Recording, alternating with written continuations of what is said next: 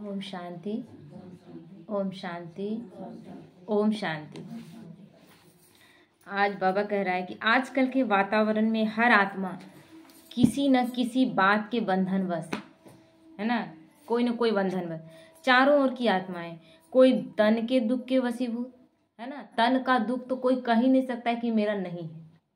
हर एक को कुछ न कुछ प्रॉब्लम है, क्योंकि द्वापर से जो हम कर्म करते आए हैं, हम धीरे धीरे गिरते आए और अभी लास्ट समय चल रहा है। तो कलयुग आने के बाद हम कितना सारा, कलयुग में कितना जन्म है, 42 जन्म कलयुग में। और यहाँ हम अभी ये लास्ट, बाबा कहता है ये लास्ट जन्म। तो सोचिए कि कलयुग में हमने कितना बुरा कर्म किया, जिसका कर्म भोग के रूप में शरीर में आता है। तो बाबा कह रहा है हर आत्मा किसी तन के दुख के वश में, कोई धन के दुख के वश में। तन का बीमारी इतना है, कोई न कोई बीमारी के अधीन मतलब हर कोई, और कुछ नहीं तो किसी के पैर में दर्द है, चल नहीं पा रहा। घुटने का दर्द तो एकदम आम बात हो गया है ना। और इसको क्या हम किस्मत मान लिए। क्या बोलते हैं 35-40 के बाद तो ये होना ही है। क्यों होना ही है? ये तो नेचुरल नहीं था क्या नेचुरल? लेकिन क्यों ऐसा हो गया है? और तो खान पान अपने हिसाब से खा रहे हैं ना। खूब सारा नॉनवेज खा रहे हैं कि बहुत प्रोटीन रहेगा तो शरीर एकदम परफेक्ट रहेगा, लेकिन फिर भी तन का रोग उसी है। लेकिन खाने से पीने से क्या होगा? जो हम कर्म जैसा करके आए हैं उसके अनुसार मेरा कर्म भोग आता है। तो इसलिए बाबा कह रहे हैं कि कोई तन के दुख के वशीभूत है, बंधन ही है। अब बंधन है, ये बीमारी है, चल नहीं सकते, हम चाहते भी हैं तो कुछ कर नहीं पा रहे हैं। कोई संबंध के वशीभूत, किसी न किसी संबंध में अटके हुए हैं, मोहवश। कोई इच्छाओं के वशीभूत, कोई न कोई इच्छा अभी तक चल रही है, ये पूरा हो जाता। अच्छा, इच्छा ऐसा है कि कभी खत्म नहीं होता। एक आप पूरा करते हैं, उसके बाद दूसरा तैयार रहता है। कभी गौर किए होंगे, एकदम बहुत इच्छा करता है कि ये साड़ी ले लेते, लेकिन क्या उसके बाद आपको संतुष्टि मिल गया था? उसके बाद कुछ और इच्छा, घर के सामानों में, ये जो स्थूल चीजें हैं ना, दिन ब दिन उसका केवल लालसा बढ़ता है। कोई अपने संस्कार, जो कि दुखदाई संस्कार है, क्रोध करना जानते हैं कि बुरा संस्कार है, विकार में जाना जानते हैं गलत है, लेकिन हम उससे निकल नहीं पा रहे। शराब पीना जानते हैं गलत है, लेकिन हम पी रहे हैं। मतलब कितने गुलाम हम बने हुए, कितना बंधन में अपने आप को बांधे हुए। दुखदाई स्वभाव है, उनके दुख के वशीभूत। कोई प्रभु प्राप्ति न मिलने के अशांति में भटक रहे हैं। कोई इसलिए भटक रहे हैं क्योंकि अभी तक भगवान नहीं मिला है। बहुत लोग इसके लिए भी घर छोड़ छोड़ कर निकल जा रहे हैं कि कहीं तो शांति मिले और भगवान मिले। तो कोई जीवन का लक्ष्य स्पष्ट नहीं होने के कारण परेशान है, क्योंकि पढ़ रहे हैं, लिख रहे हैं, क्या वो लक्ष्य है? पढ़े लिखे और एक पोस्ट ले लिए तो ये तो जीवन का, क्या बोलते हैं इसको, चलता है ना। आप इस दुनिया में आए हैं तो जन्म लिए, थोड़ा बड़े होंगे, बड़े होने पढ़ेंगे लिखेंगे, एक अच्छा पोस्ट लेंगे, शादी ब्याह होगा, बाल बच्चे होंगे, फिर उनको पढ़ाएंगे लिखाएंगे। ये जानवर भी करते नहीं करते हैं क्या? वो केवल पढ़ते नहीं, बाकी सब चीज है ना। लेकिन मनुष्य जीवन कहते हैं बड़े भाग्य मनुष्य तन पाओ। तो कुछ अलग श्रेष्ठ कर्मों के लिए हमें चुना गया था। तो लक्ष्य दिख रहा है कि कौन सा लक्ष्य होना चाहिए। एक डॉक्टर है, लेकिन डॉक्टर ही रेपिस्ट बना हुआ है। डॉक्टर, एक लेडी डॉक्टर को सेफ रहने नहीं दिया, है ना, उसके साथ गलत हो गया। यानी वो जो है केवल रोजी रोटी कमाने के लिए, कोई डॉक्टर बन रहा है, कोई इंजीनियर बन रहा है, कोई कुछ बन रहा है। ये लक्ष्य है क्या? तो लक्ष्य भी स्पष्ट नहीं। लोग लक्ष्य भी क्या है ये भी नहीं समझ पा रहे, इसलिए दो लोग दुखी। कोई पशुओं की तरह खाया पिया जीवन बिताया, लेकिन फिर भी संतुष्टता नहीं। रोज खा रहे हैं, पी रहे हैं। अभी कुछ लोगों का ऐसा है कि दोपहर में खा रहे हैं, अभी खाना खा ही रहे हैं, अपने पसंद के अनुसार खा रहे हैं, और अभी चिंता करें रात में क्या बनेगा। रात में भी खा ही रहे हैं कि सुबह क्या बनेगा, नाश्ते में क्या क्या बनेगा। मतलब जीने के लिए नहीं खा रहे, खाने के लिए जिए हुए। कोई साधना करते, त्याग करते, अध्ययन करते, फिर भी मंजिल को प्राप्त नहीं होते। सब कुछ कर रहे हैं, लेकिन मंजिल प्राप्त नहीं होता। पुकारने चिल्लाने के ही दुख के वशीभूत ऐसे अनेक प्रकार के बंधनों वश, दुख अशांति के वश आत्माएं अपने को छुड़ाना चाहती है कब इस बंधन से छूटे। लेकिन बंधनों में बांधा किसने? कोई और बांध के रखा हुआ है क्या? हमने बंधनों में खुद ही बांधा हुआ है खुद को। वो महीन महीन धागे जो हम बांध के रखे हुए हैं, कोई और हमको नहीं बांधा, हम खुद बंधे हुए। और जब चाहें, भगवान कहते हैं जब चाहें उसी वक्त आप तोड़ सकते। लेकिन इतने अधीन हो गए हैं ना कि वो बंधन को हम जीवन समझ लिए। बंधन कभी जीवन हो सकता है क्या? तो ऐसे अपने आत्मा के नाते भाइयों को दुखी देख रहम आता है, बाबा पूछ रहे। क्योंकि भगवान जब हमें मिला तो बहुत चीजों से हम मुक्त हुए ना, बहुत बंधनों से मुक्त हुए। कितनी छोटी छोटी चीजों में परेशान हो जाते थे। कोई अच्छे से बात नहीं किया हम दुखी हो गए, कोई एक बार मुस्कुराया नहीं तो हम दुखी हो गए, कोई बर्थडे हमें विश नहीं किया तो दुखी हो गए, कोई मेरे लिए स्पेशल स्टेटस नहीं डाला तो दुखी हो गए। ऐसी ऐसी बीमारियां हम लोग पाल कर रखे हुए थे। दिखाई देता है आत्माओं के दुखमय जीवन को कोई सहारा नहीं मिल रहा है। देखने आता है वो अपने में केवल बिजी हो। बाबा पूछ रहे लौकिक रीति से जीवन में बचपन का समय, पढ़ाई का समय होता है ना, अपने प्रति केवल होता है बचपन का जो समय है। उसके बाद रचना के प्रति समय होता है। हाँ समझेंगे, जब आप बचपन में होते हैं तब केवल आपका अपने जीवन को कैसे पढ़ना लिखना, एक अच्छा पोस्ट लेना है। लेकिन जब आप पढ़ करके आप उसी क्लास में रहेंगे क्या? आप हमेशा बचपन में ही रहेंगे क्या? कि बचपन से जवानी में जाएंगे ना, जवानी से फिर आप और परिपक्व मैच्योर होकर बुढ़ापे में आएंगे कि नहीं आएंगे? तो बाबा के बच्चे ज्ञान में जब चले, जब फर्स्ट साल, वो जब बचपन था, बचपन में बाबा उंगली पकड़ के चलाया। अब सालों साल बीत गए, आप अभी भी बच्चे हैं क्या? अभी भी आपका बाबा उंगली पकड़ेंगे? अब हमारा क्या होना चाहिए? अब हम तैयार हो गए बाबा, और अब हम उन बच्चों को जो कि नहीं जानते बाबा के ज्ञान को, उन्हें लाना है। उन्हें उस रचना को अब पहले बनाना है भगवान का। अब रचना बन गई, अब उसमें फिर गृहस्था का ज्ञान भरना है। तो बाबा कहते हैं अर्थात दूसरे के प्रति जिम्मेवारी का समय होता है। हमेशा आप बचपन में अटके रहेंगे क्या? बौने कहे जाएंगे आप, बौने कहे जाएंगे। अलौकिक जीवन में भी पहले स्वयं को परिपक्व करने का पुरुषार्थ किया, अब विश्व कल्याणकारी बनकर विश्व की आत्माओं के प्रति व अपने निजी परिवार के प्रति, किसके प्रति भगवान ने हमें तैयार किया अलौकिक जीवन में, केवल अपने परिवार के प्रति तो नहीं किया, पूरे विश्व के प्रति। इसलिए जब भी हम इस ज्ञान में आए, हम आए नहीं हैं, हम लाए गए हैं। इस चीज को हमेशा समझेंगे। हमें भगवान ने चुना है, और हम अगर भगवान के चुनी हुई बनकर भी और भगवान के श्रीमत के अनुसार नहीं चल रहे हैं, तो हम सीधा डिसरिगार्ड हम किसी निमित्त आत्मा को नहीं कर रहे हैं। निमित्त है आज और कल नहीं होगी। कोई अपने अपने सब दिन ब दिन, कोई आगे बढ़ेगा कोई पीछे, ये उनका चलता रहेगा। क्या निमित्त आत्मा का डिसरिगार्ड कर सकते हैं क्या? और करके क्या पाएंगे आप? भगवान का डिसरिगार्ड कर रहे हैं, भगवान की पढ़ाई का डिसरिगार्ड कर रहे हैं। तो विश्व की सर्वात्माएं आपका परिवार है, तो आप जगे भी नहीं और किसी को जगाए भी नहीं। भगवान ने आपको जगा दिया था, आप सो गए, और इतना सोए कि दूसरे, अपने तो सोए रहे तो दूसरों को जगाते कैसे? क्योंकि बेहद के बाप के बच्चे हो तो बेहद के परिवार के हो, तो अपने परिवार के प्रति रहम नहीं आता? बाबा आज पूछ रहा है।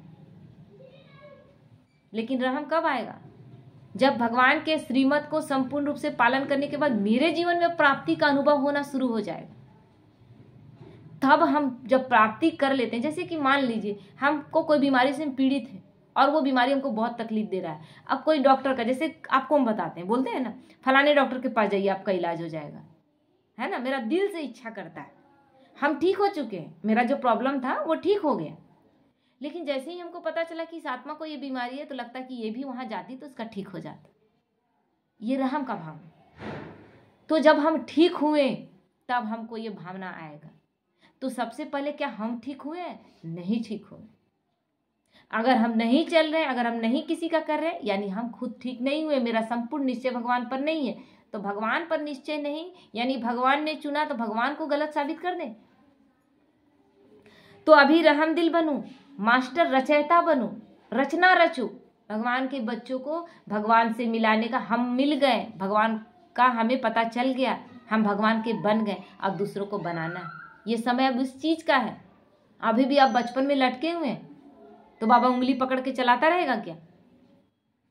स्वयं कल्याणकारी नहीं, लेकिन साथ साथ विश्व कल्याणकारी बनो। केवल अपना कल्याण करने वाला नहीं, और जो स्वयं का कल्याण कर सकता है वही विश्व कल्याण कर सकता है। जो अपना ही कल्याण न करे वो दूसरों का कल्याण भला क्या करेगा? तो अपनी जमा की हुई शक्तियों व ज्ञान के खजाने को मास्टर ज्ञानसूर्य बन वृत्ति, दृष्टि और स्मृति के अर्थात शुभ भावना के श्रेष्ठ संकल्प द्वारा अपने जीवन में गुणों की धारणाओं द्वारा, इन सब साधनों की किरणों द्वारा अशांति को मिटाओ। जैसे सूर्य एक स्थान पर होते हुए भी अपनी किरणों द्वारा चारों ओर का अंधकार दूर करता है ना। सूर्य क्या घर घर जाता है रोशनी देने के लिए? एक एक को पकड़ पकड़ के रोशनी देता है क्या? वो अपनी रोशनी दे रहा है, उसका जो टाइम है उस टाइम के अनुसार अपना रोशनी वो दे रहा है। आप अपना खिड़की दरवाजा बंद करके अंधकार में बैठे रहे और बोले कि मेरे घर में तो अंधकार है। ये अंधकार किसने लाया? आप खुद बंद करके बैठे हुए। क्या है कहावत कि कितना बड़ा बात है। उस दिन बाबा बोल रहा था, एक गाना सुन रहे थे, प्यासा कुएं के पास जाता है ना, बहुत प्यास लगी, कुआं ढूंढ के जाता है कि हमको पानी पीना। अरे कितना बड़ा बात है कि पूरा सागर खुद चल कर आया है हम आत्माओं के पास। प्यासे हम थे, हम भटकते रहे, उसको ढूंढते रहे, उसके बाद थक कर बैठ गए। अब वो सागर खुद आया है अपने बच्चों की प्यास बुझाने के लिए। ये कहीं सुने थे आप? और वो आया है और उसके बाद भी हम ना पिए, अब तब भी हम प्यास में मरते रहे और भगवान को दोष देते रहे कि हम प्यासे हैं। अब भगवान दोषी है क्या? पूरा सागर आया है मेरे पास, जितना ले सके। आप चम्मच लेकर बैठेंगे तो वो क्या करेगा? और चम्मच भी लेके नहीं बैठे, बोले कि अपना ही दरवाजा बंद करके रहे, तो भी वो क्या कर सकता है? तकदीर। इसलिए बाबा क्या कहता है, मैंने तो तुम्हारी तदबीर बता दी, रास्ता बता दिया, तुम्हारी तकदीर में नहीं तो मैं क्या कर सकता हूं। तो बाबा इसलिए कहते हैं, जिस तरह सूर्य एक ही स्थान पर रहकर चारों ओर के अंधकार को दूर करता है, ऐसे मास्टर ज्ञान सूर्य बनकर दुखी आत्माओं पर रहम करो।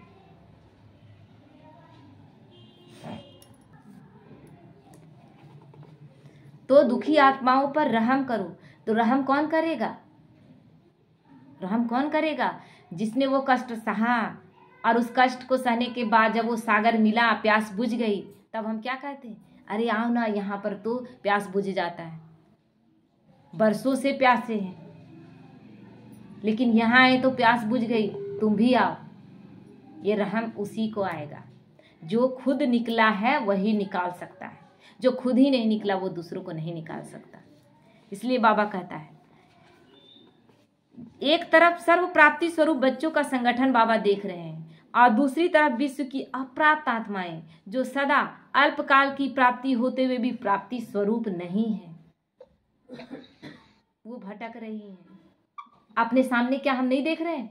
हमारे सामने ही कितने लोग प्रयागराज गए, कितने लोग शरीर छोड़ दिए वहां पर भगदड़ में। हुआ ना ऐसा?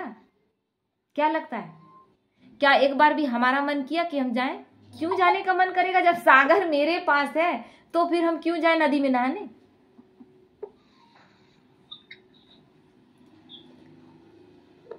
तो वो संतुष्ट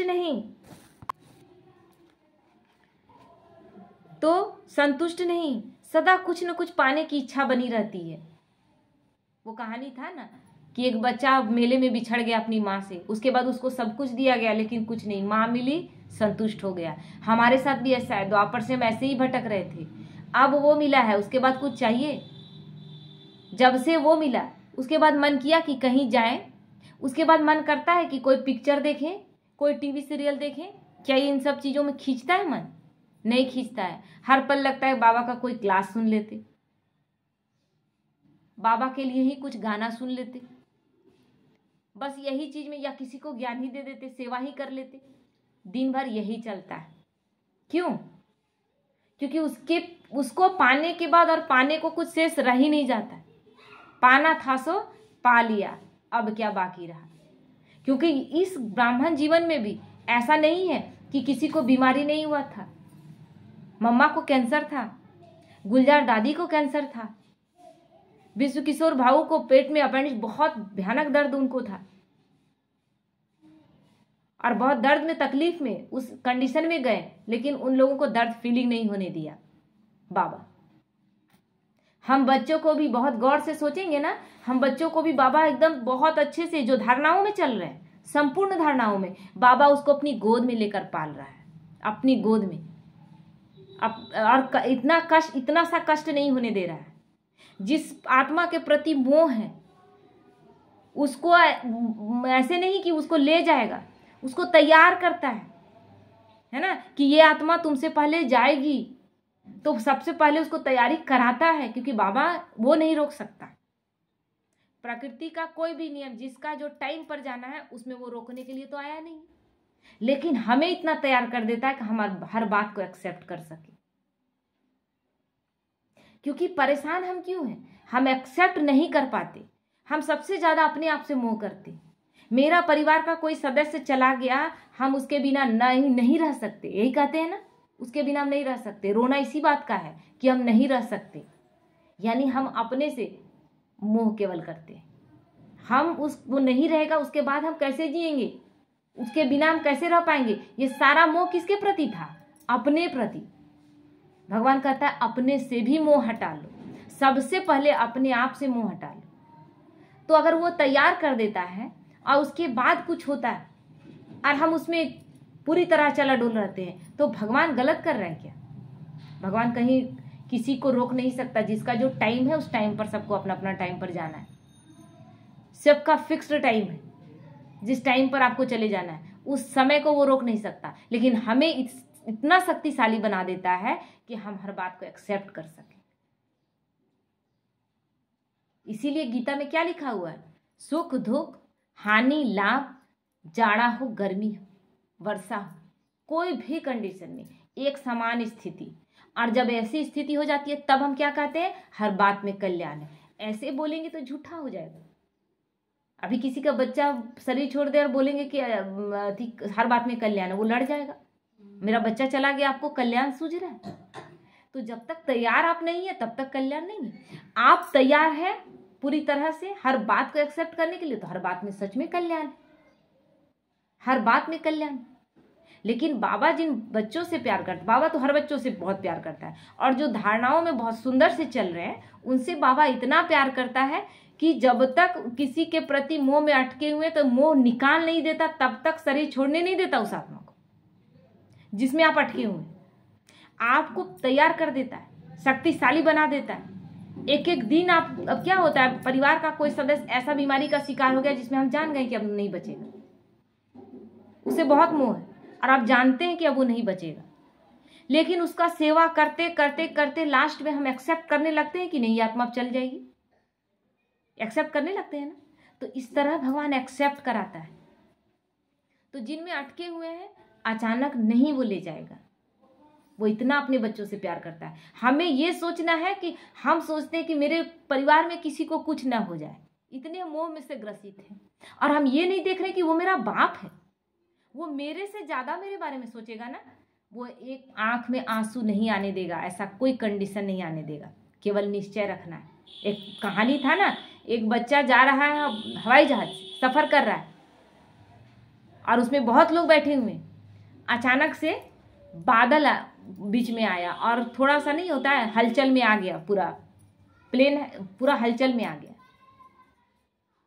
तो सब डर गए कि गए, लेकिन वो जो बच्चा था वो खेल रहा था और वो खेलता ही रहा।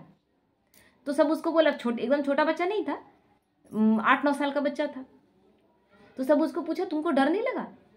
इतना जोर से घूम गया पूरा प्लेन, तुमको डर नहीं लगा? सब हम लोग डर गए। तो बच्चा बोला नहीं। तो बोला क्यों? बोले प्लेन मेरे पापा चला रहे। मतलब भरोसा इतना कि मेरे पापा चला रहे हैं तो मेरे पापा अपने बच्चे को कुछ नहीं होने देंगे। उस लौकिक पिता पर इतना भरोसा है। हमारे साथ तो परम पिता है। ये तो शरीर का पिता है, बदल रहा है, शरीर छूटा फिर दूसरा जन्म में दूसरा पिता। यहाँ तो परम पिता भगवान मेरा पिता बना है, वो मेरा पिता है। वो मेरे साथ गलत होने देगा? लेकिन माया ऐसा कुचक्र करती है कि कभी कभी उससे हम लोग सवाल जवाब कर देते हैं। तुमको समझ में नहीं आता, क्यों तुम मेरे साथ ऐसा कर रहे हो? भगवान से लड़ते हैं, झगड़ते हैं, ये भी प्यार है। लेकिन उस पर भरोसा, 100% भरोसा। उसके बाद बाबा क्या कहता है? मैं कमाल पे कमाल करूंगा। भरोसा उस पर। और नहीं करेंगे तो आप किस पर? कलयुगी आत्माओं पर भरोसा करेंगे क्या? कलयुगी जो लोग हैं, हमारे नाते रिश्तेदार हैं, क्या कोई काम आता है इस वक्त पर? कोई काम नहीं आएगा। भगवान के अलावा कोई ऐसा नहीं है। भगवान से रिश्ता हमारा कितना प्यारा है। देखिए कि एक लड़का लड़की शादी करता है तो लड़का उस लड़की को हर तरह से देखता है, लंबी कितनी है, सुंदर कितनी है, बोलती कैसे है, पढ़ी कितना है, सब कुछ देखने के बाद शादी करके ले जाता है। और पता चलता है कि कुछ उसको नहीं आ रहा है, तुरंत उसको तलाक भी दे देता है ना। लेकिन हमारा साजन कैसा है शिव बाबा? हम पूरी तरह से बिना मतलब जिसको कहते हैं कोई गुण ही हमारे अंदर नहीं था, वो सबसे पहले हमें चुनता है, हमें अपना बनाता है, फिर धीरे धीरे हमारी साफ सफाई करता है। गंदे से गंदे हम थे, ज्ञान गुण भर के, शक्ति भर के अपने लायक बनाता है और फिर ले जाता है। वो धोखा देता है? इसी का गायन है पति परमेश्वराय नमः। इसीलिए कहा गया था क्योंकि परमेश्वर जो पतियों का पति है ना, आज तक हम उस पति को, लौकिक पति को भी परमेश्वर कहते हैं। तो वही परमेश्वर, वही हमें इतना प्यार से सजा कर ले जाता है। उसी के याद में हम लौकिक में शादी विवाह करते हैं। लेकिन सच्चा विवाह कैसा है? आत्मा का परमात्मा से मिलन, है ना। ठीक है। ओम शांति।